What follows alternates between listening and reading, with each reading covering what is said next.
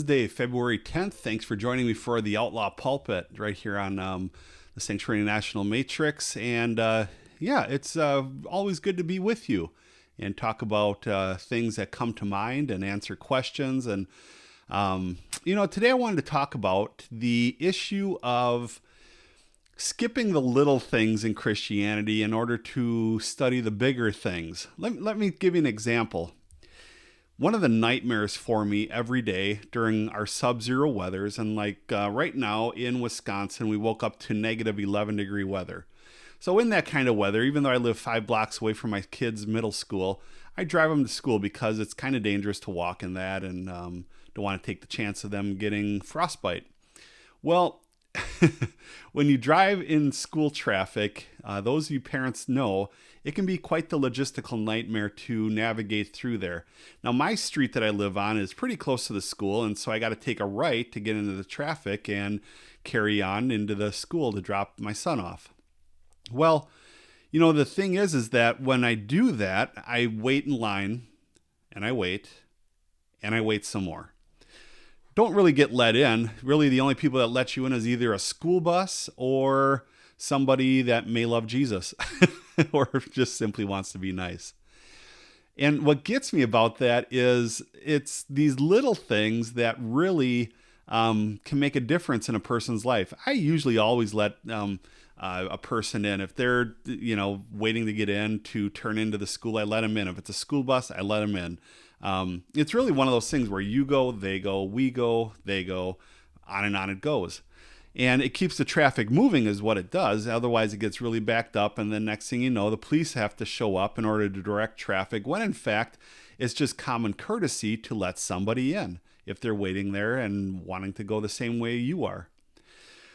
That's true of Christianity. And I jokingly put that on Facebook today that those of you that call yourselves Christians and aren't letting people in, you might want to start there in regards to serving Christ. You don't need to say, God, how will you use me today in order to make a difference for you? Well, God's probably sitting up there like, let your neighbor in the line. I mean, what's the big deal? Just let him in. And otherwise, tensions start getting worked up, and that's when accidents start happening. As I said, it got me thinking about Christianity. So many Christians these days, in my opinion, are striving for deeper things of Christ. And I put in the Facebook post, maybe you should hold off on studying eschatology and Levitical law and just work on being a nice person. Because when we set the basics aside and strive for the deeper things of Christ, well, quite honestly, it needs to go back to the question, have you mastered the basics? For instance, some people absolutely love Bible study. They love diving on the deeper things of Christ. They love, I had a friend last night send me an email over with a picture of that they just bought the book of Enoch to start studying and looking at that book. Now, that's not a canonized book in the Bible, but still an interesting read nonetheless. And it puts a lot of Christians into a place of being so book smart that they lack common sense. Now, I'm not saying that's the case for my friend here. He would do anything for anybody. But that is the case for many Christians. And I'm not going to say all Christians. That would be a broad stroke comment, and I'm not into that. But really, a lot of Christians that I talk to, a lot of people that I deal with, are constantly saying, I just want God to show me purpose in life. I want God to give me a plan for life. And the whole time, there are times that God is presenting them with opportunities to serve, to feed the poor, to clothe people, to be a nice person in the school line. And those are the things that really make a difference. If you want to show the love of Christ, you got to start with the basics. But if you're not willing to, slow down and do those smaller things, then quite honestly, you're not going to master the bigger things. When I wanted to become a pastor, I decided to go a non-traditional route. I decided to mentor under my pastor while doing correspondence courses through Berean University, which is an offshoot of the Assemblies of God. And I showed up to my first meeting. I was excited. I was 19 years old, had my books, and I thought, okay, we're going to start learning how to do sermon prep. We're going to start learning how to do a wedding, plan a funeral, all of these things. Well, I showed up and he goes, my pastor goes, okay, so for the first lesson today, what we're going to do is you're going to go downstairs in the church and meet with Brian Harold. Okay, now Brian Harold was on staff, but he was the custodian.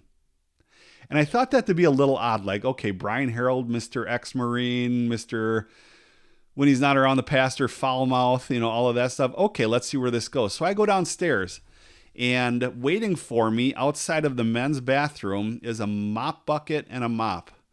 And all he said was, clean the bathrooms, top to bottom, welcome to your first pulpit. I was offended. I was let down. I was like, what in the world is going on here? But now that I look back on it, and shortly after that incident happened, I totally understood what was going on. What he was teaching me, what the pastor was teaching me, and Brian was more than happy to hand off to me, was servanthood. Being a servant to those around you.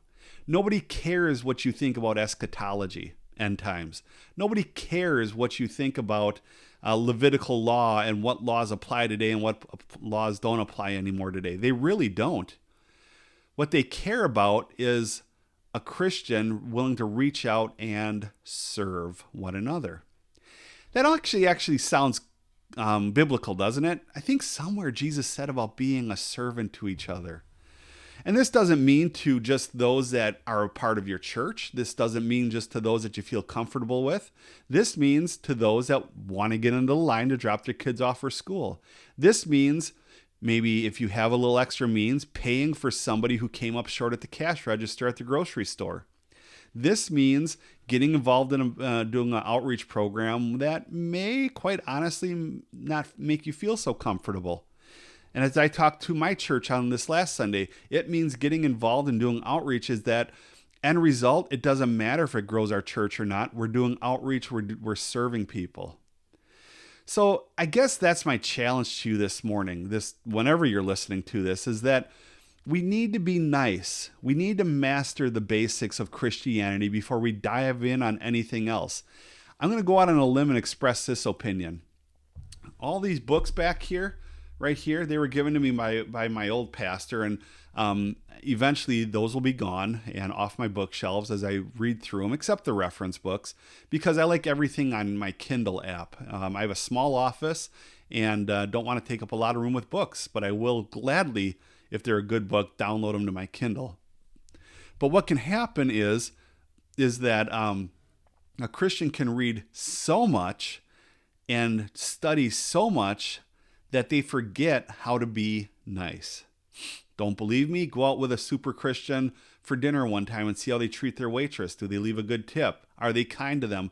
If the food's late, are they kind to them? If the food's lousy, are they still kind to them? Because honestly, it's not the waitress's fault that the food's slow or the food is lousy. It's the cook's fault. And so we have to be willing to look over all of these differences. But to maintain your witness and to do the little things is what really matters. And so I ask you that question today here on the Outlaw Pulpit. Are you mastering the basics? Love your neighbor as yourself, serving, clothing the widow, being there for the needy. Are you mastering those things? If you're not, put the other books aside, reread your Bible, and get to be a good Christian. There you go. All right, it's time for... I didn't think you had it in you. I'm your huckleberry. All right, so this morning a question was emailed to me, and it says, Dear Pastor Bob, what is your view on bands who say that they are not a Christian band, but Christians in a band, like As I Lay Dying and other bands like that?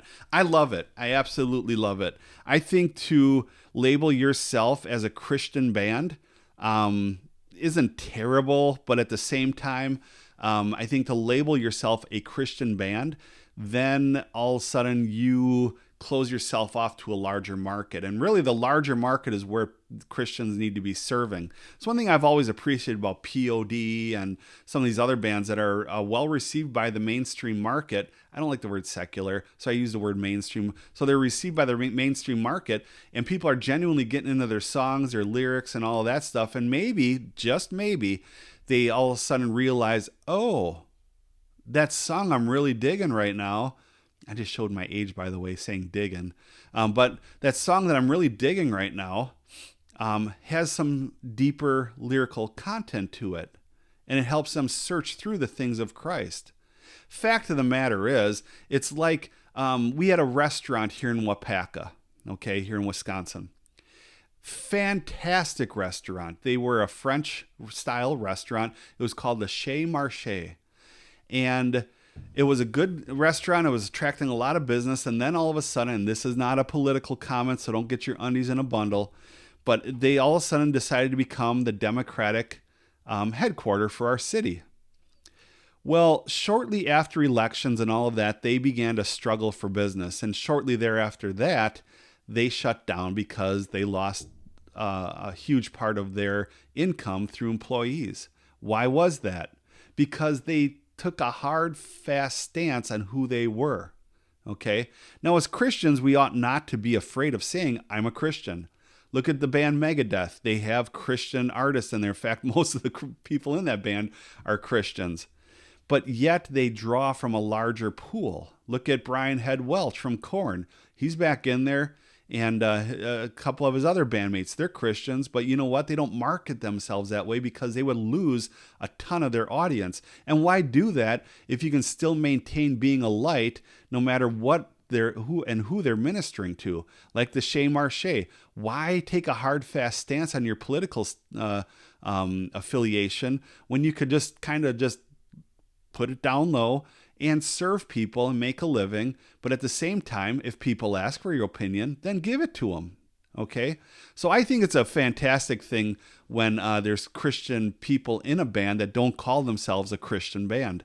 I think they have a much more stronger possibility of being a light to their community, to their crowd by doing that than coming out and saying, we're a Christian band, okay? So there you have it, my 2 cents on I'm Your Huckleberry. If you want me to address a question you might have, you can email me right here on the screen, and I will be glad to reply via the next podcast that I do. So I hope you have a great day. God bless you.